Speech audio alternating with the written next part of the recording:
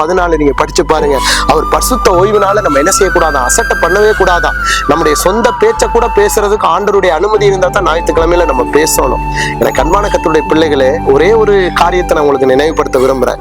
உங்க வீட்டுக்கு பக்கத்துலயோ இல்லாட்டி உங்க சொந்த உறவுகள்லயோ யாராவது ஒருத்தவங்க ஒரு ஃபங்க்ஷன் வச்சு இன்விடேஷன்ல உங்க பேரை போட்டிருந்தா நீங்க எத்தனை மணிக்கு போவீங்க? அவங்க 9 மணிக்கு ஃபங்க்ஷன் வைக்கிறாங்கன்னா நம்ம 6 மணிக்கெல்லாம் போயிட்டு ப்ரிப்பேர் ஆகி அந்த 6 மணில இருந்து நம்ம எதிர்பார்த்துட்டே இருப்போம், எத்தனை மணிக்கு அந்த இன்விடேஷன்ல என்னுடைய பேர் வரும்னு.